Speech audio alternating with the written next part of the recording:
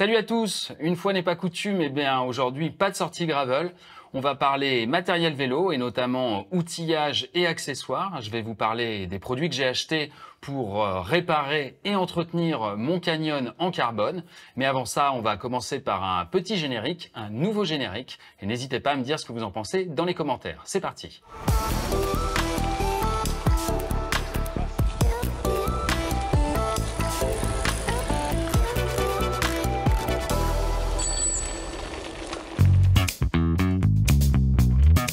Quand on assemble des pièces mécaniques, il y a des couples de serrage à respecter pour ni serrer trop peu, ni serrer trop fort.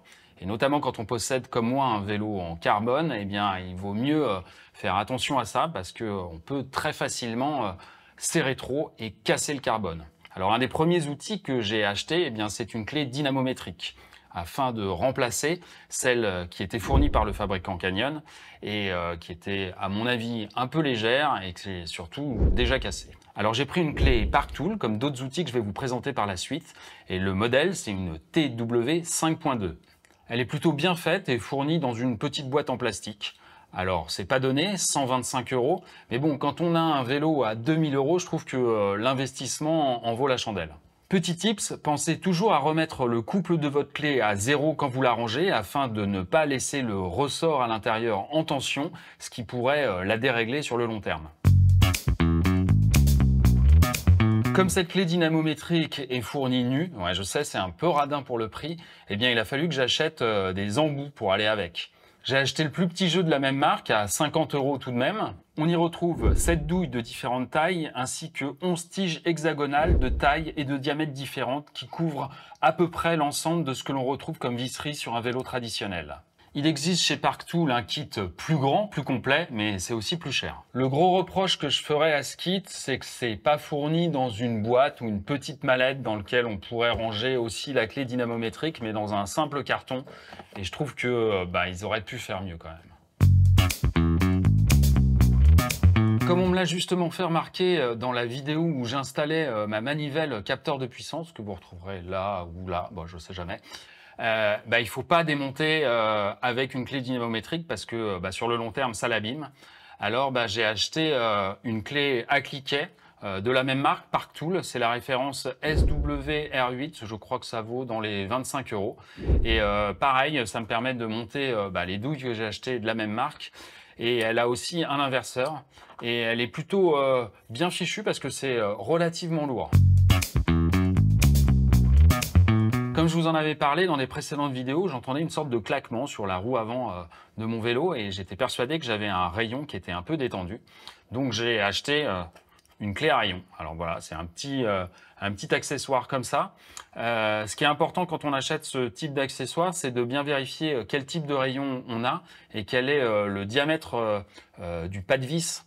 Enfin, du pas hexagonal ou carré de votre rayon afin d'acheter l'outil qui correspond le mieux. Alors ça vaut dans les 6 ou 7 €, mais c'est bien utile parce que ça arrive qu'un rayon se desserre et donc voilà. Moi j'ai resserré, j'avais un rayon qui était desserré, mais a priori le bruit venait pas de là, je vous en avais parlé. C'était mon disque de frein qui était très légèrement voilé et qui tapait et qui faisait résonner tout le système.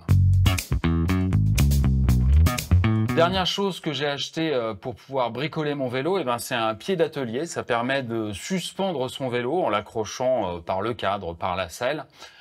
Et j'ai pris un modèle de chez Lidl à 39 € je crois. Je me rappelle plus trop, c'est 39 ou 49 €. C'est plutôt bien foutu, c'est du costaud, ça fait le job.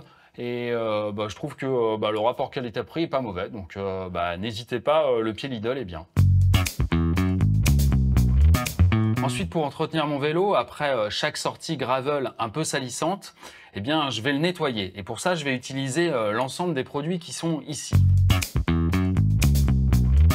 Alors, le premier produit que j'utilise, c'est ça. Alors, c'est une sorte de cassette dans laquelle on va venir mettre la chaîne de son vélo, la refermer, mettre du produit dégraissant pour la chaîne dans la partie supérieure ici.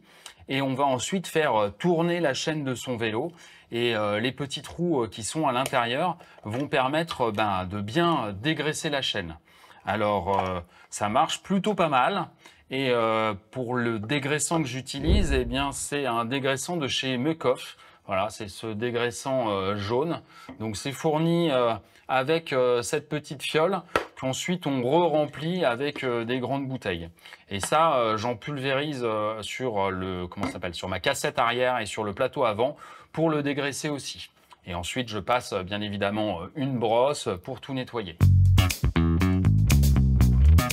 Ensuite, pour la partie générale de mon vélo, j'utilise un produit de chez Decathlon qui s'appelle Bike Cleaner nettoyant vélo de chez Decathlon. Donc ça s'achète en atomiseur comme ça. Et il y a aussi des recharges. Vous voyez, j'ai acheté la recharge. Et ensuite, je pulvérise tout ça sur mon vélo. Je frotte avec une brosse. Puis ensuite, je rince le tout. J'essuie bien ma chaîne. Et voilà, mon vélo est ensuite tout propre. Une fois que j'ai bien nettoyé mon vélo, que je l'ai séché, il va falloir le regraisser. Et pour ça, je vais utiliser de la graisse. Et j'utilise moi 2 graisses suivant les conditions météo. Je vais utiliser de la C3 Ceramic Loop de chez Mucoff. Je la trouve plutôt pas mal. Donc j'en ai une qui est pour les conditions sèches et une pour les conditions humides. Donc en été, j'utilise la dry et en hiver, j'utilise la wet. Voilà, c'est pas plus compliqué que ça. L'autre produit que vous m'avez sans doute déjà vu utiliser, c'est de la graisse blanche au lithium. J'utilise ça pour graisser les pièces que je dois démonter et remonter, par exemple mes pédales sur mon pédalier ou des choses comme ça. Donc ça se présente un petit peu comme du WD-40. On pulvérise un tout petit peu. C'est une graisse qui est assez liquide quand même. C'est pas une graisse très épaisse. Donc je pense que ça correspond pas à tout. Mais moi je la trouve plutôt pas mal. C'est pas très cher et ça fait le job. Maintenant, pour finir, je vais vous parler des outils que j'emporte systématiquement à chaque sortie en cas de petits pépins. Alors tout d'abord, il y a des démontes pneus. Alors c'est des démontes pneus de la marque Schwalbe. C'est des démontes pneus classiques en plastique. Je les avais utilisés pour passer mes pneus en tubeless et ça marche plutôt pas mal. Ensuite, j'ai un minuscule multitool de chez Canyon qui correspond à mon vélo et sur lequel je vais retrouver les différentes clés de serrage ou de desserrage qui peuvent m'être utiles lors d'une sortie.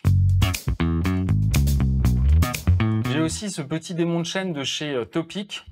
Alors ça se présente comme ça, c'est tout petit, ça permet ici avec le système classique de démonter un maillon de sa chaîne. Mais il y a aussi à l'intérieur un petit accessoire comme ceci qui permet de tenir la chaîne pendant que vous remettez un maillon. Bien évidemment, j'ai aussi acheté des maillons qui correspondent à ma chaîne en cas de problème avec ma chaîne. J'ai aussi une petite pompe à vélo de chez Decathlon. Voilà, c'est minuscule, mais ça marche plutôt bien. La preuve, c'est que j'ai réussi à faire claquer mes pneus tubeless juste avec ça. En plus de ça, je me balade aussi avec une cartouche de gaz à air comprimé et son embout pour pouvoir regonfler rapidement un pneu si jamais il y a une urgence.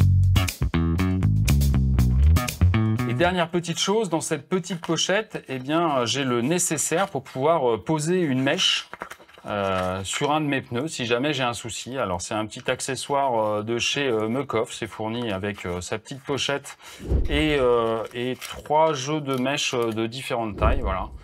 Pour l'instant, j'ai pas eu à les utiliser. J'espère que je saurai m'en servir. Mais il y a un petit embout, tout ce qu'il faut pour pouvoir poser correctement une mèche.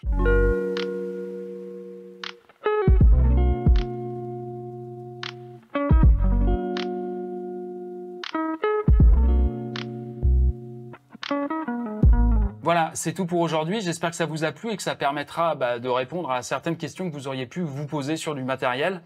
En tout cas, n'hésitez pas si vous avez des questions à les poser dessous dans les commentaires. J'y réponds à chaque fois. Et puis, comme d'habitude, un petit pouce levé si ça vous a plu, un petit pouce négatif si ça vous a pas plu. Abonnez-vous à la chaîne et puis nous, on se retrouve très vite pour une prochaine vidéo. Ciao!